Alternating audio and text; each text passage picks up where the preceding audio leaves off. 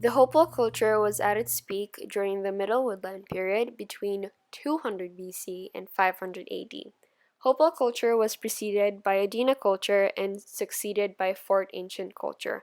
Adena societies developed into what archaeologists refer to as the Hopewell culture. While the Hopewell culture flourished in North America, other events also happened in other parts of the world, such as the beginning of the Roman Empire in 27 BC, and China being under the Han Dynasty from 206 BC until 220 AD. The Hopewell culture is known for their earthworks and burial mounds, which are often formed in the shape of an animal or a geometric figure. The burial sites contain intricately designed pottery, statuettes, and clear stone pipes that symbolized leadership abilities.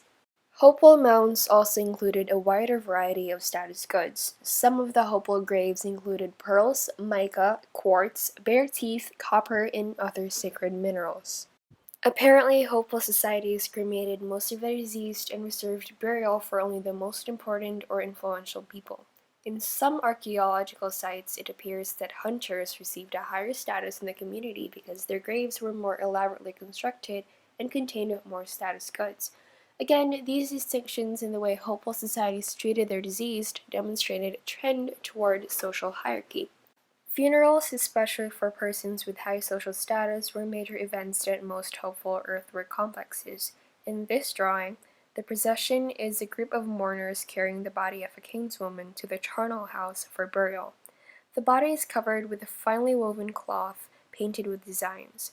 The mourners have arranged their hair in special styles. Many have painted their bodies. Some carry objects that belonged to the woman. These objects will be buried with her as a sign of her social position. A shaman wearing the bearskin robe that confirms his connections with the spirit world will preside at the ceremony. One man blows a bone whistle, perhaps to accompany chanting. The figures, their clothing, body paint, and accessories are based on objects found in Hopewell sites in Ohio. Inside the charnel house, the body of the deceased will rest in a log tomb.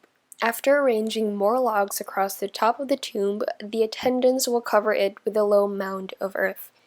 Recent research shows that the people of the Hopewell culture supported themselves by hunting and fishing, collecting wild plants, especially nuts, and raising seed crops such as knotweed, goosefoot, little barley, and maygrass. The Hopewell culture developed many technological and agricultural achievements which influenced their civilization. These consist of numerous earthworks, which were enclosed spaces that would quote-unquote encourage unity among neighboring tribes under the Hopewell culture. Some of the more complex designs were thought to have been built at once by a large number of workers, while the other parts of the earthworks were built over long periods of time. These earthworks were made from raw stone collected around the area and took many irrigation systems to build, similar to the development of ancient Egyptian pyramids.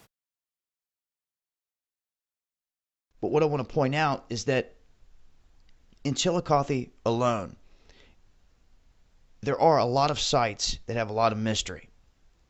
These are ancient sites that hold earthworks that are not seen anywhere else, specifically so close together and in such large numbers. Now, Serpent Mound is not located in this ring of what I'm about to show you, but all these other spots are very interesting. The pictures I was just showing you were talking about the Hopewell Mound group. As you can see, this is located right here. There's also Mound City, which is right here in Chillicothe. And what's really interesting is this Hopetown earthworks spot right here is closed to the public. That really piques my interest. Anytime you have a site like that, you have all these mysterious sites, Serpent Mound, you have 23 mounds in one spot that are in a big ring in one spot. Raw material from Ohio was not found in other well-known trade locations, so it is thought that the Hopewell people traded finished products, such as pottery, stone pipes, copper ear spools, and cutout designs.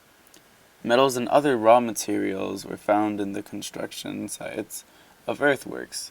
which led archaeologists to believe that the Hopewell people in fact traded with people from Canada, Indiana, and neighboring tribes along the Mississippi River.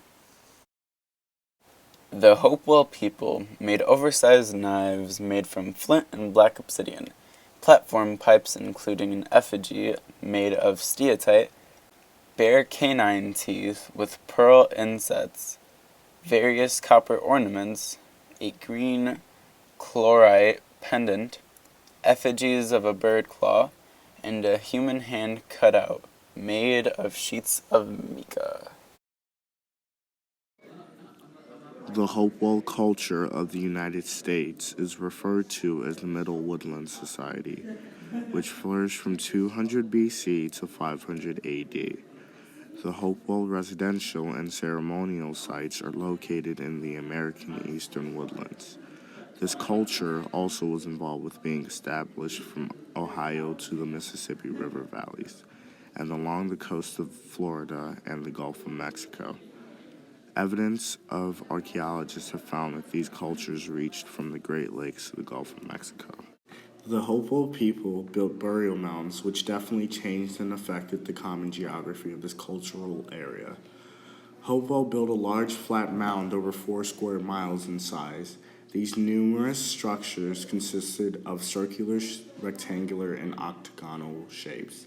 These earthworks contain many artifacts and may have started the use of more geometrical shapes. Essentially, the geography that surrounded this culture was of great significance to these peoples. Some scholars suggest that these societies, or the Hopewell Society, was marked by the emergence of big men. Whatever the source of their status and power, the emergence of big men was another step toward the development of highly structured and stratified socio-political organization called the Chieftain. The Chieftain is a form of hierarchical political organization in non-industrial societies, usually based on kinship, and in which formal leadership is monopolized by the legitimate senior members of select families or houses. These elites form political ideological aristocracy relative to the general group, or the Hopewell Society.